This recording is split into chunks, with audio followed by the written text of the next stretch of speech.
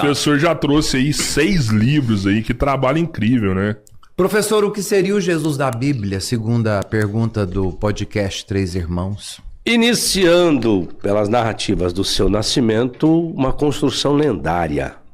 Porque é impossível um homem ter cor dos olhos, cabelo, tudo que você imaginar que nós temos, sem um DNA responsivo da parte masculina.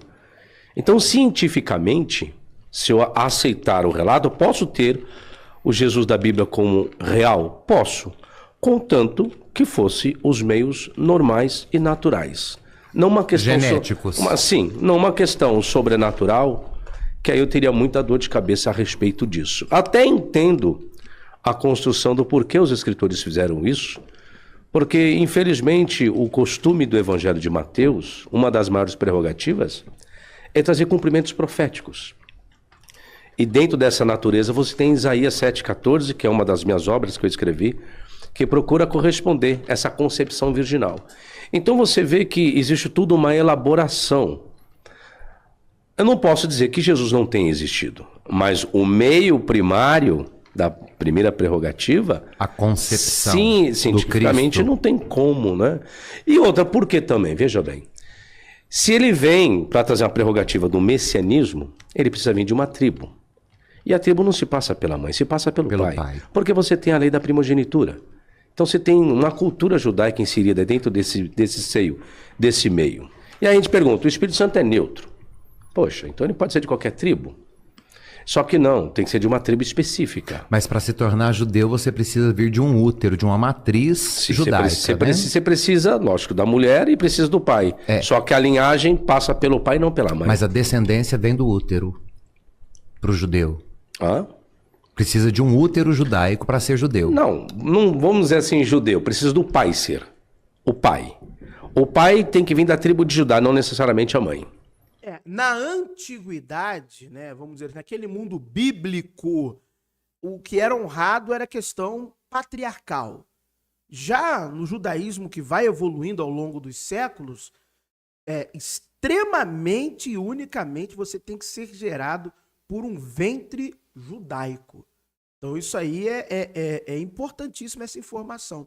Parece estar havendo aqui um choque de opiniões, mas não, é que você tem isso como era refletido no passado e você tem isso com o costume e a tradição há muito tempo, se não me engano, desde a Idade Média se reflete dessa forma. É claro, dentro do judaísmo estarão apresentados diversos pontos de discordâncias dessa questão, mas o que nós temos atestado até então é que havia um costume e em algum momento da história esse costume ele foi mudado. Agora como, por quê, quando, quem, aí há um debate sobre essa questão. Porque a primogenitura se dá para o sexo masculino, não o sexo feminino. A primogenitura não é para a mulher. Pode nascer 10 mulheres, vamos lá, pode nascer 10 mulheres. São primogênitas? Não. Nasceu 10 mulheres, 11º homem. Esse é o primogênito. Esse é o primogênito. Porque o primogênito é gênero masculino, não feminino. Mas feminino. aí nós estamos falando do patriarcado. Sim, mas tem que ser... Não da ideia religiosa. Não, a ideia religiosa tem que vir do patriarcado, tem que vir de Abraão, né? A aliança é feita com Abraão, a circuncisão é feita no homem, não na mulher. Então você tem todo um trâmite cultural judaico que é tudo gênero masculino. Então, agora, por mais que Maria viesse da tribo de Judá, não tem como, porque tem que depender do pai. Se ela fosse da tribo de Judá e um pai, vamos dizer assim, um pai biológico, da tribo de Benjamim seria? Não. Então se ela fosse da tribo de Judá e o pai da tribo de Judá, opa, aí beleza, aí sim. Aí você tem a característica de um Messias, que é isso que Mateus quer inserir. Mateus quer relatar o seu evangelho para fazer essa construção de que Jesus de fato e verdade foi o Messias.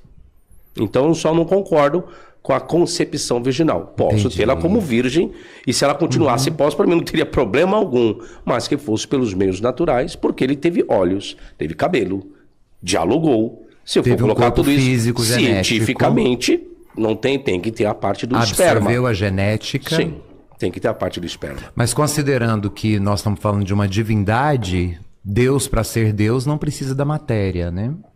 E quando Deus decidiu ser homem, ele quis passar pelo útero materno, porque o útero é a casa, é a matriz, né, de onde todas as coisas saem. Peraí, vamos Precisa nem eu falar a frase que eu falo sempre aqui, né? O padre é iniciado. Esse papo aí, ó, matriz, sabe como é que é, né? Daqui a pouco ele vai meter que o útero é o princípio restritivo. Aí você já sabe até qual ordem o cara começa a entregar os termos, né? Vamos devagar aí, padre, agora. Deus, aí agora ficou complicado agora. Deus desejou ser homem. Peraí, então Jesus é Deus? Jesus é Deus. E o pai dele é quem? O pai dele é o próprio Deus. Quantos deuses nós Existe temos? um só em 3 pessoas. Como que é isso? O senhor nega a trindade? Não é questão de negar, é questão de explicação e fundamentação. Como que é isso? Me explica agora. A manifestação do Pai como criador de todas as coisas, o Filho como a razão pela qual todas as coisas foram feitas, e sem ele nada do que existe existiria, e o Espírito como aquele que é o operário, que realiza todas as coisas desejadas pelo Pai e que são concretizadas no Filho. Esses 3 podem se manifestar ao mesmo tempo? Eles estão unidos.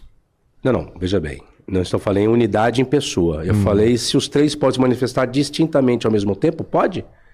Pode, os 3 podem se manifestar, Então, como se manifestaram. Então isso é politeísmo, não é monoteísmo? A grande confusão... Ou enoteísmo, melhor seria. Também, Enoteísmo. Ah, tá. Ok, aí nesse quesito nessa eu concordo perspectiva, contigo. inclusive nos primeiros séculos, a grande dificuldade de se crer para as novas comunidades convertidas era a ideia de que como acreditar que um Deus pode ser 3. Por isso que vai surgir desde o início, né, em Alexandria, a grande heresia de Ariano, presbiterário, porque a ideia de que Jesus não poderia trazer em si a divindade, né? E o primeiro concílio vai justamente servir para isso, dizendo que ele é verdadeiro Deus e verdadeiro homem, né? Que é o símbolo do credo de Nicéia. Porque os cristãos, eles vão entender que a manifestação de Deus está para além da compreensão humana e que Cristo não é meramente um homem. Então, portanto, ele é obra do Espírito Santo, como é o sonho revelado em Lucas para José e tudo mais, que o senhor até citou isso, né? Então, para nós, dentro da nossa crença cristã, não tem como separar o Pai e o Filho e o Espírito Santo, porque a Trindade é indivisível. Separar, que não tem como separar em que sentido? Na coexistência, eles coexistem como Pai, Filho e Espírito. Tá, vamos lá, padre. Agora vamos entrar numa prerrogativa. Aí é muita filosofia, e a filosofia é na minha área, assim como o senhor é filósofo, tá? Filosofia. E detalhe, né? Trindade, você sabe, né? Você sabe. Você sabe, né? Tertuliano. Tertuliano que cunhou isso aí. Isso aí nem... Começa a dar de doido, não. Ah, não, porque tem lá em Mateus 28, 19, Pai, Filho e Espírito Santo, Tertuliano, que meteu esse texto lá, meu amigo. Tio TT que cunhou também o termo trindade. Foi tio TT que inventou a trindade. Trindade esta que já existia no zoroastrismo, inclusive a trindade do zoroastrismo, ela sofre diversas variações, até chegar à tríade final, né, que é mais atestada na teologia zoroastriana. Então já tinha trindade em vários lugares, a Trimurti védica e a trindade cristã e a tríade divina também zoroastriana. Inclusive no livro do antropólogo e historiador judeu Rafael Patai tem um capítulo em que ele fala sobre as tétrades e as tríades, tá bom? Que é muito bom esse capítulo do livro dele. É o capítulo do livro Deusas Hebreias, do historiador e antropólogo Rafael Patai. Então vai ter uma hora que ele vai falar das tétrades e das tríades divinas. Quando você trata desse aspecto, eu lhe pergunto, qual o fundamento para isso? Se nós estamos lidando com a Bíblia, qual o fundamento bíblico para isso? Ou melhor dizendo, em qual momento Jesus assumiu ser Deus? De uma forma clara e explícita, dentro da sua logia. Em qual momento isso se deu? Eu e o Pai somos um. Em que sentido? Qual o contexto? Dá para colocar o texto bíblico aí? Dá, o Pedrão providencia pra gente. Aí? Coloca aí na tela para nós, por favor, João 14, por gentileza. João 14. Vamos ver o contexto, em qual sentido Jesus quis dizer que ele e o Pai é um. Vamos ver se foi em essência, em onipotência, em atributos naturais e morais, em grau de perfeição. Que isso é o que caracteriza que seria a divindade. João 14.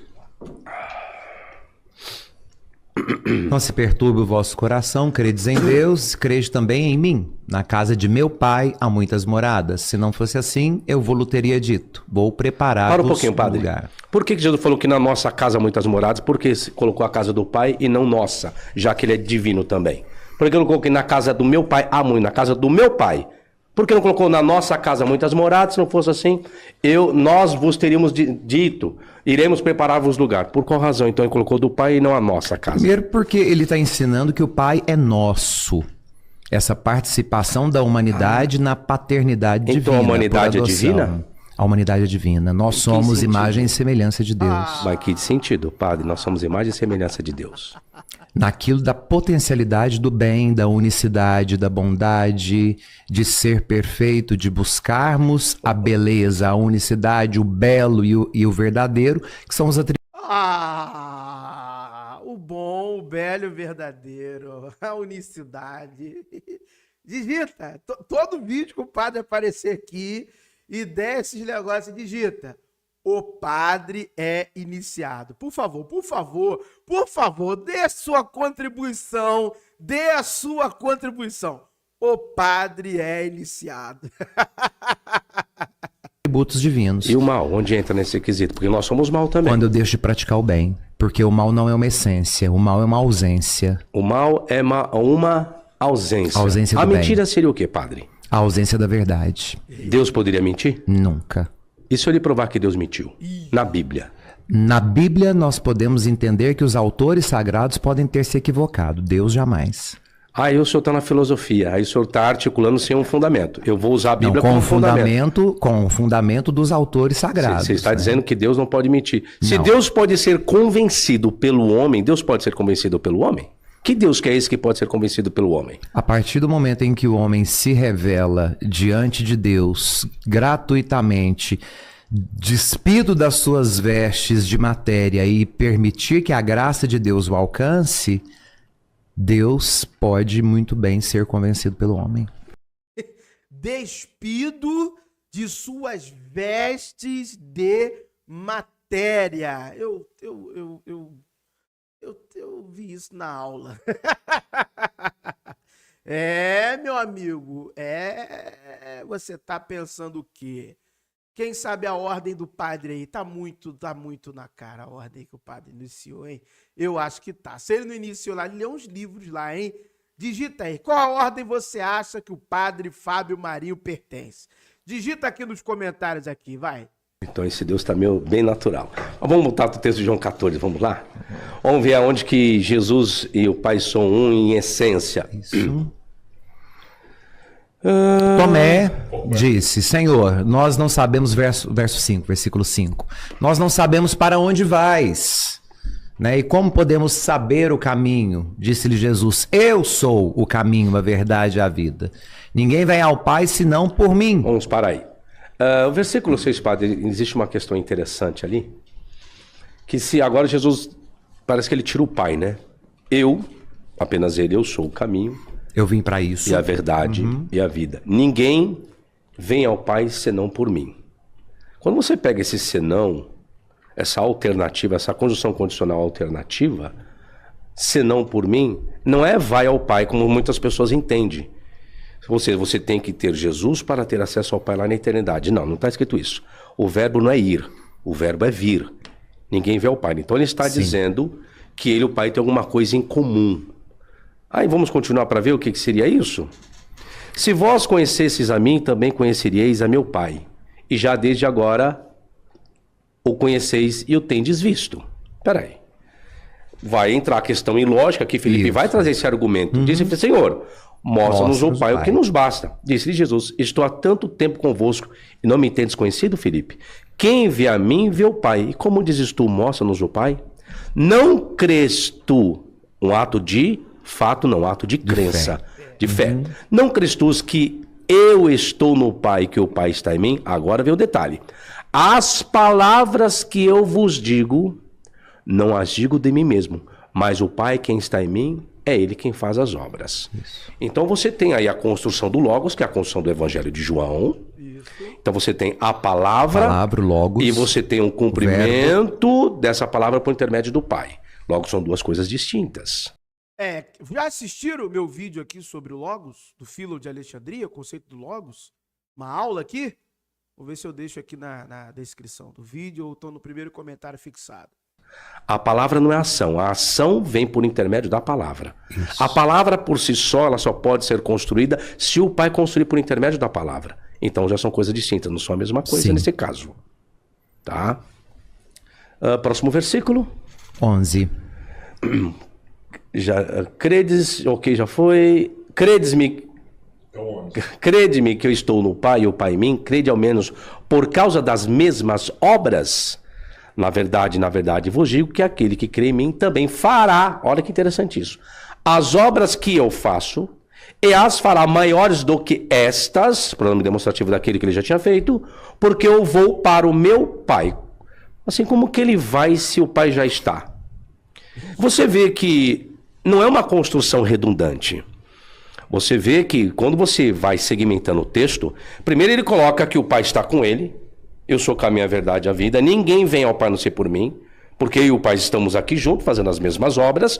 Eu sou o verbo, o Pai é a ação. Mas vocês farão algo maior daquilo que eu já fiz. Aí eu estou divinizando os seres humanos também, dentro desse contexto. Só que eu vou para o meu Pai. Mas só que o Pai já não estava com ele, fazendo as ações. Então o Pai tem que continuar com os seres humanos que fariam as mesmas ações. Hermeneuticamente é isso que o contexto está dizendo que João quer relatar. Aí eu lhe pergunto, padre, dentro desse texto de João 14, não está colocando que os dois têm a mesma essência. Diz que os dois podem fazer a mesma obra, mas que cada um tem uma funcionalidade diferente do outro. Como que é isso dentro de uma unidade? 3 personas numa única divindade. Tertuliano. Veja, a personalidade, a pessoa, entrega a cada um a independência. Mas a divindade é uma só. Deus se desdobra enquanto Pai que deseja, enquanto Filho que cumpre, enquanto Espírito que realiza. Quando o próprio Cristo vai continuar ali dizendo: se me amais, guardais os meus mandamentos, e eu rogarei ao Pai, e ele vos dará outro Consolador, né? Ou advogado do grego, né? Que é paráclitos, para que fique convosco para sempre. Então veja, é o desdobramento do Pai e do Filho no Espírito que permanece no coração daqueles que recebem por meio do Espírito Santo o batismo. O Espírito de verdade que o mundo não pôde receber, porque não o vê nem o conhece. Então, aqueles que não viram o Espírito e que não tiveram a experiência do Espírito podem negar a sua existência, não o viram e não o conhecem. Mas vós o conheceis. Por quê? Porque o Espírito, assim como o Pai está no Filho, e o Filho está no Pai e no Espírito, e o Pai está no Espírito e no Filho. Então, essa aliança que é ininterrupta entre Pai, Filho e Espírito é a aliança trinitária que nós contemplamos na pessoa do Filho que foi dado a conhecer, porque assumiu a matéria humana e se tornou gente como a gente. Então, no Filho, nós temos a presença do Pai, o rosto humano da divindade. No Filho, nós temos o rosto divino. Através do Filho, nós temos na humanidade o rosto divino de Deus. Então, o que nós pregamos é que no Cristo nós temos as duas manifestações: o rosto humano de Deus e o rosto divino do homem. Vamos lá, Padre. Se os três têm a mesma essência, por que Jesus tem que rogar ao Pai para enviar outro Consolador, se os três sabem quais são as suas devidas funções que devem ser praticadas? Logo, não existe razão de eu solicitar algo daquilo que todos já sabem o que tem que ser feito. Você vê, por mais que eu tenha uma linguagem humana, que é isso que o escritor quer fazer, por mais que eu faça uso do antropopatismo ou do antropomorfismo, em termos de figura de linguagem, perfeito, eu tenho essa problemática. Igual eu te coloquei, a trindade dentro de um enoteísmo, sim, é possível nessa concepção. Aí eu só tenho um problema, eu não vou conseguir colocar os três na mesma essência, porque dentro da concepção enoteísta, eu tenho que colocar que existe um soberano que comanda os outros dois. Porque a trindade que é explícita, que alguns ensinam dentro da academia, é que o Pai, o Filho e o Espírito Santo são três pessoas distintas, não são deuses distintos, são pessoas distintas contendo a mesma essência, homoioteleuto, né, com homoioteleuto, que algumas pessoas, homoiousios em grego, querem colocar a mesma essência ali. Três pessoas distintas. Quando você faz isso, três pessoas distintas com a mesma essência, isso é politeísmo. A mesma substância. Aí é politeísmo. Agora, quando você coloca alguém que comanda, que é o que João está colocando dentro do capítulo 14, aí você tem a construção enoteísta. Isso eu não negaria. Por quê? O enoteísmo é uma concepção de crença muito antiga desde o período dos cananeus. Verdade. Desde o deus El, do panteão cananeu, que depois originou-se o tetragrama, que foi então atribuído Deus para a nação judaica. Aí eu concordaria. Agora, entramos nesse assunto para entendermos a concepção virginal. Aí nós temos um problema grave. Vamos supor, então, realmente, que a concepção não está errada, a concepção está certa. Nós temos o ato sobrenatural. Se nós temos essas três essências, o Pai, o Filho e o Espírito Santo, aí vem a pergunta. Se os três estabeleceram as leis para conduzir um povo escolhido, que é o povo israelita, se um escolheu, logo os três concordaram com essa escolha. E se as leis foram implantadas para essa nação, logo foi aquilo que os três acordaram. Aí se torna confuso porque os três deram leis, aí ao mesmo tempo alguém vai e quebra essa lei. Ou seja, Maria era noiva de José. Já sei onde vai parar, é o relato essa bíblico. História. E se ela apareceu grávida, existe um peso muito grande dentro da lei. Que aí nesse caso ela teria que ser apedrejada. Aí vem a pergunta. Então o Espírito Santo foi e quebrou a lei que ele mesmo estabeleceu? E como que depois Deus pode exigir algo legal mediante a humanidade se eles mesmos, os três, quebraram a própria lei que eles mesmos criaram e desenvolveram? Como que se faz dessa forma? Eu pensei que Sabino ia falar, igual ele falou com Paulo Cogos, José era chifrudo. Ufa. Com o padre foi mais tranquilo essa história, ainda bem. Quem cria a lei são os homens para justificar as suas atitudes, né? Inspirados, obviamente. Agora você para em torno da hermenêutica e saiu da filosofia. Que nós temos que entender, e o senhor sabe bem disso, né? E para quem tem em casa, que é interessante a gente explicar isso. Quando nós falamos, né, que a lei é criada por Deus, nós estamos atribuindo esse poder humano como se Deus tivesse manipulado a história para favorecê-lo. E nós precisamos entender que o código que é criado pelos homens, ele é um código muito mais constitucional e civil do que um código divino. Agora você já entendeu, né? Com palavras bonitas e educadas, o padre está dizendo que Deus não criou lei alguma. É isso que o padre está dizendo. Com palavras bonitas e educadas. Sabe a lei? Não foi Deus que criou lei alguma. Porque ele precisa de trazer luz para esse povo que estava se formando no deserto. Então, tanto a primeira lei quanto a segunda lei, o Deuteronômio, vão nos trazer claridade sobre aquilo que as tribos precisavam manter como verdade para que sobrevivessem unidas numa terra nova. Cara, é um jeito muito bonito de falar. Que ninguém, Deus algum escreveu nada.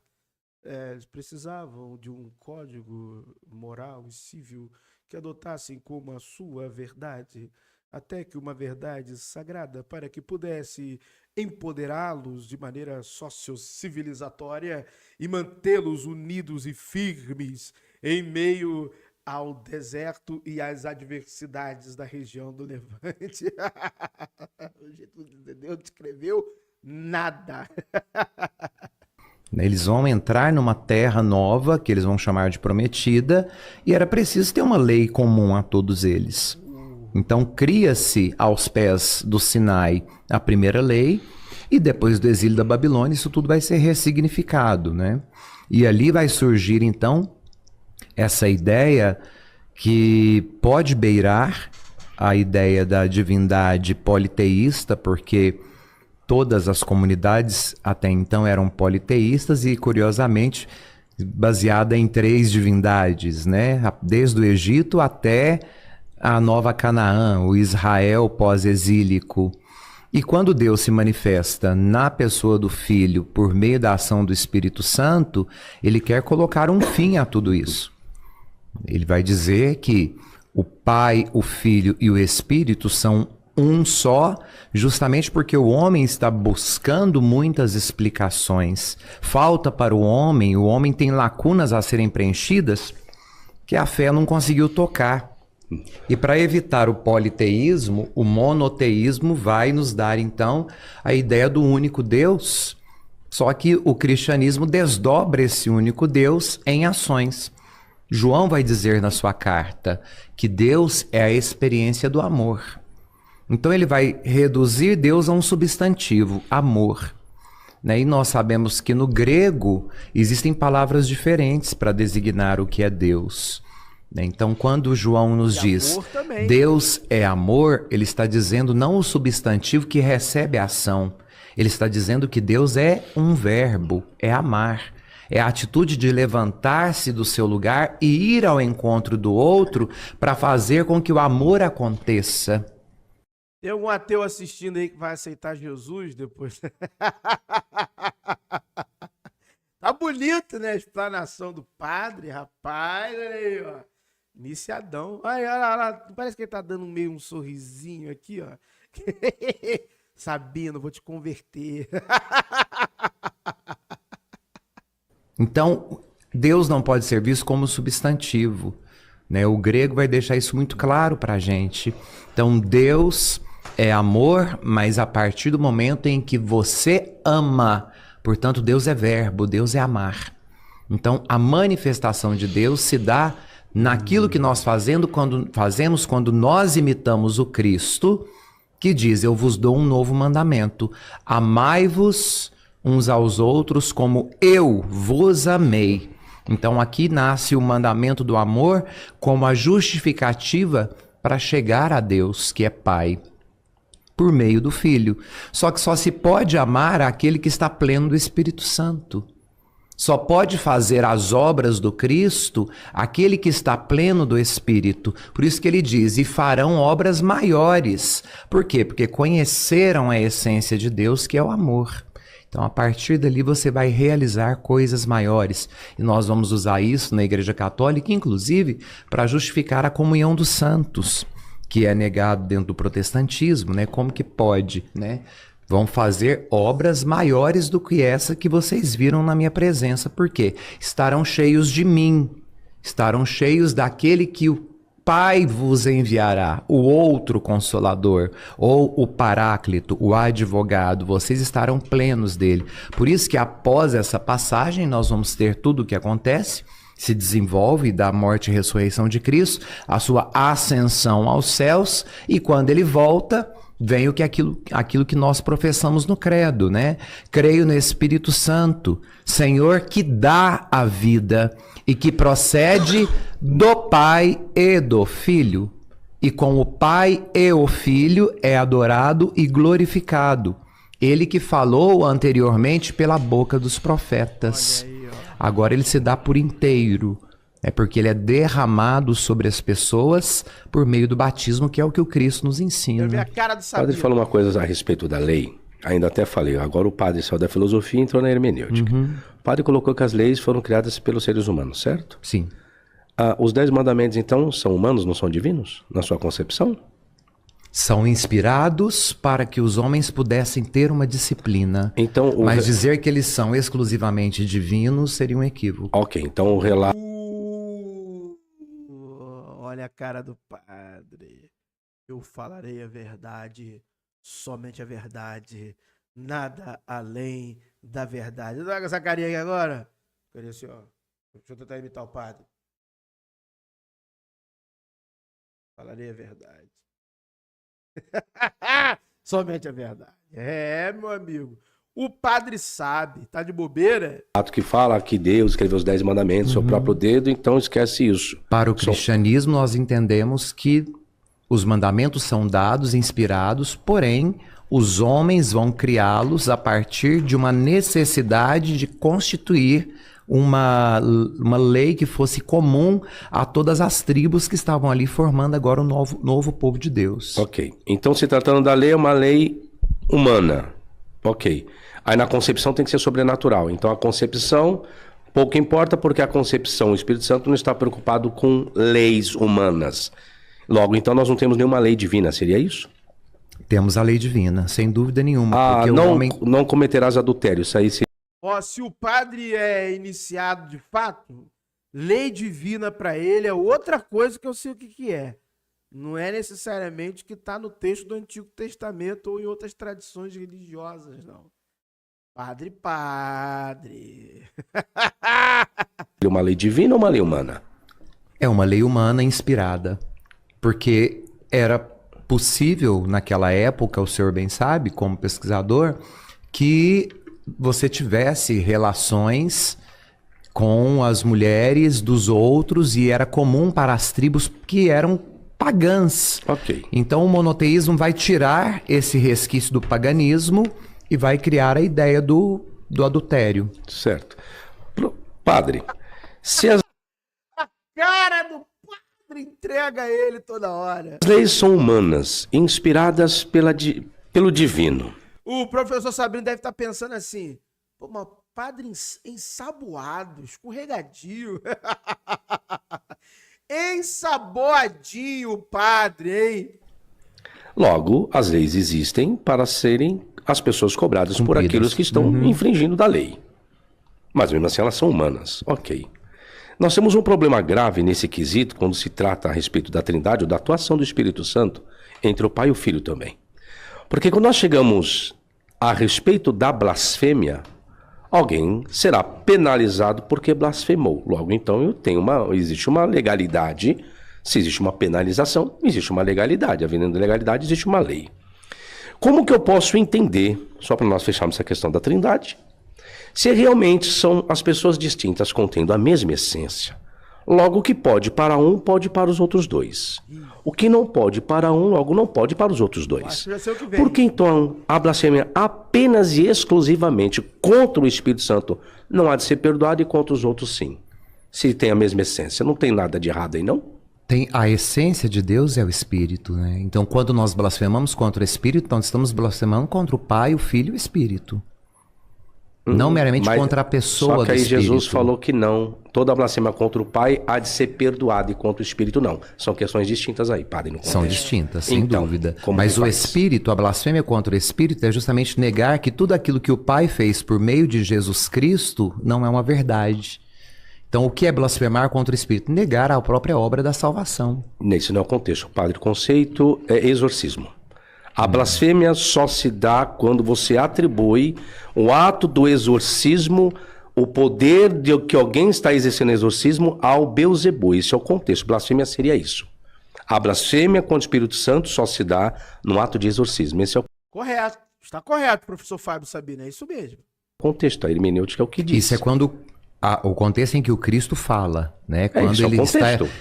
acusam Jesus de estar expulsando Beelzebub em nome de Beelzebub. Esse é o contexto. Se eu colocar qualquer outra coisa que seja blasfêmia fora desse contexto, me desculpa, eu estou criando uma heresia. Porque texto fora do contexto é pretexto para heresia. Aí eu estaria criando uma heresia. Mas onde que eu tenho? Eu tenho duas pessoas distintas aí. E Jesus falou. Sim. Toda blasfêmia contra o Pai é de ser perdoada. Contra o Pai. O Pai é o Espírito, você está colocando. Aí, agora, contra o Espírito Santo não há de perdão. Então não pode ser a mesma pessoa, padre. Porque já está falando do Pai no mesmo contexto que o Espírito Santo. Então tem uma distinção aí. Resolve aí, padre. O agir do Pai se dá por meio do Espírito. Não tem como a gente dizer Concordo que contigo. A ação do Pai se Só dá que a por meio do blasfêmia é Espírito. só contra o Espírito Santo. Que é a ação de Deus. Então, contra Deus pode ser perdoada. Contra o Espírito não. Você vê que são questões distintas aí, tá? Bom, é nesse quesito aí que eu não concordo, que aí não tenho como concordar dentro da hermeneuticamente. Voltando ao caso. Eu já ouvi algumas soluções, né? Tentativas de solucionar essa questão por apologetas. Rapidamente. Seria o seguinte: a blasfêmia contra o Espírito, ela vai acontecer quando aquele que faz a imprecação, a maldição, a palavra contrária, a ação desse Espírito, é aquele que tem ciência do que está acontecendo. Nesse contexto de exorcismo, de desfazer uma possessão demoníaca ou uma obra, entre aspas, vamos dizer assim, mágica espiritual, nesse sentido assim.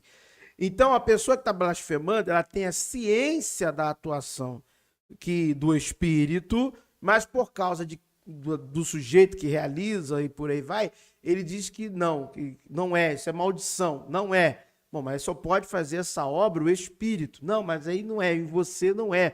Mas calma aí, não importa quem é, só pode fazer essa obra o espírito. E já quando há uma blasfêmia contra o pai ou contra o filho, são pessoas que não estão nesse campo de entendimento qual é a obra do espírito. Então, é como se elas estivessem na ignorância. Blasfemar contra Deus ou blasfemar contra Jesus seria um ato, ou filho, melhor dizendo, seria um ato de ignorância. E já aqueles que fazem a blasfêmia contra o Espírito Santo é alguém que já tem a consciência desse potencial poder do Espírito de afastar, mandar embora, retirar outro espírito maligno ou imundo, seja o que for. Ele sabe que somente essa obra pode ser feita pelo Espírito e assim ele diz que não é, que blasfema e por aí vai. Bom, não sou eu que estou dizendo isso, é o que alguns apologetas dizem. No caso de Jesus, da sua concepção, então, o que eu entendi pela pessoa do padre, as leis são humanas, logo o adultério é uma lei humana, entretanto inspirada por Deus, mas o sobrenatural ultrapassa as leis que ele mesmo inspirou. Seria isso então? O sobrenatural a partir do momento em que nós damos abertura para que aconteça a temática religiosa.